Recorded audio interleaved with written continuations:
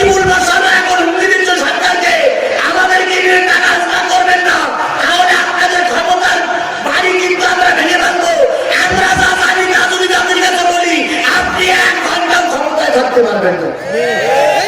প্রধানমন্ত্রীর বলি নজিবুল বাসার 3 বার যদিও ভোটে দাঁড়ায় মেম্বারে পাস করতে পারবে না, তারে নিয়ে আপনি দল করতে দিয়ে বড় বড় আলেমদের ফাঁসি দিলেন। যদি কথাটা সত্য হয়, যখন অবস্থার পরিবর্তন হবে তখন ওরা কেউ আপনার পাশে থাকবে না, একটা নেতাও পাবেন না, সব নেতারা সবাই আসতে পালিয়ে যাবে। কথা বলে ঠিক নেবে ঠিক।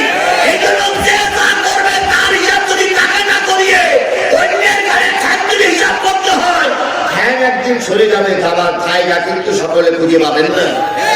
আর কর্মীদের বলি, তোমরা যে 3 নম্বর ছাগলের বাচ্চার মতন দৌড়াও, 3 নম্বর ছাগলের বাচ্চার মতন দৌড়ো, একবারে শেষ করে দেখেছো নেতাদের কয়টা টিকিট করা আছে? 3টে টিকিট, একটা সাদা টিকিট, সাদা পাসপোর্ট, একটা সাদা পাসপোর্ট, একটা লাল পাসপোর্ট, একটা সবুজ পাসপোর্ট, 3টে পাসপোর্ট করা থাকে। একেবারে খুব তখন বিপদ, লাল পাসপোর্ট। এবার স্বাভাবিক সাদা পাসপোর্ট, একটু ইমার্জেন্সি হলে সবুজ পাসপোর্ট, 3টে পাসপোর্ট 3 কাজে লাগে। এই 3 পাসপোর্ট করে নেতারা বিভিন্ন জায়গায় পানি করে পাসপোর্ট সামনে রেখে দিয়েছে। একটু সমস্যা দেখা দিলেই যে কোনো একটা পাসপোর্ট কি ভিসা লাগাই নেতারা চলে যাবে। তুমি ছাগলের বাচ্চা কোথায় যাবা?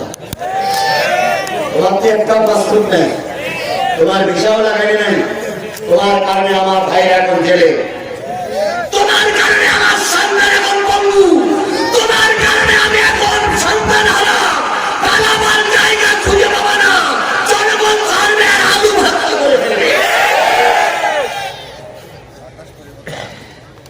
বাতাস পরিবর্তন হবে, আপনি লিখে রাখেন হবে। আজ হোক, কাল হোক, 2 বছর পরে হোক, 10 বছর পরে বাতাস পরিবর্তন হবে। 14টা বছর ধান কাটবি, 14টা বছর, 14 বছর ধান কেটে এখনো মেরুদণ্ড সোজা করে দাঁড়িয়ে আছি। কথা বলে ঠিক না বেটি?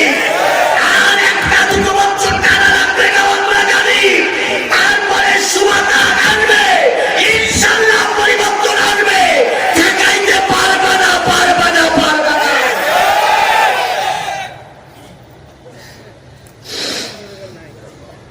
পরিবর্তন আসতে দিতেই হবে, এটাই ইতিহাস বলে। কথা বলেন ঠিক না ঠিক? চিরকাল কেউ ক্ষমতায় ছিল না। মুজিবুর রহমান শতকরা 99.99% ভোট পেয়েও সন্ত্রাসীদের গুলিতে মৃত্যুবরণ করতে হয়েছে।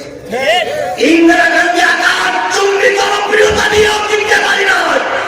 শহীদ প্রেসিডেন্ট জিয়াউর রহমান 3টে খানা খেতেন, আমি কালকে কাগজে দেখলাম। একটা হচ্ছে সবজি, আরেকটা হচ্ছে ডাউল, আরেকটা হচ্ছে ভাতটা। উনি নাকি মাছ ভাতটা বেশি পছন্দ করতেন।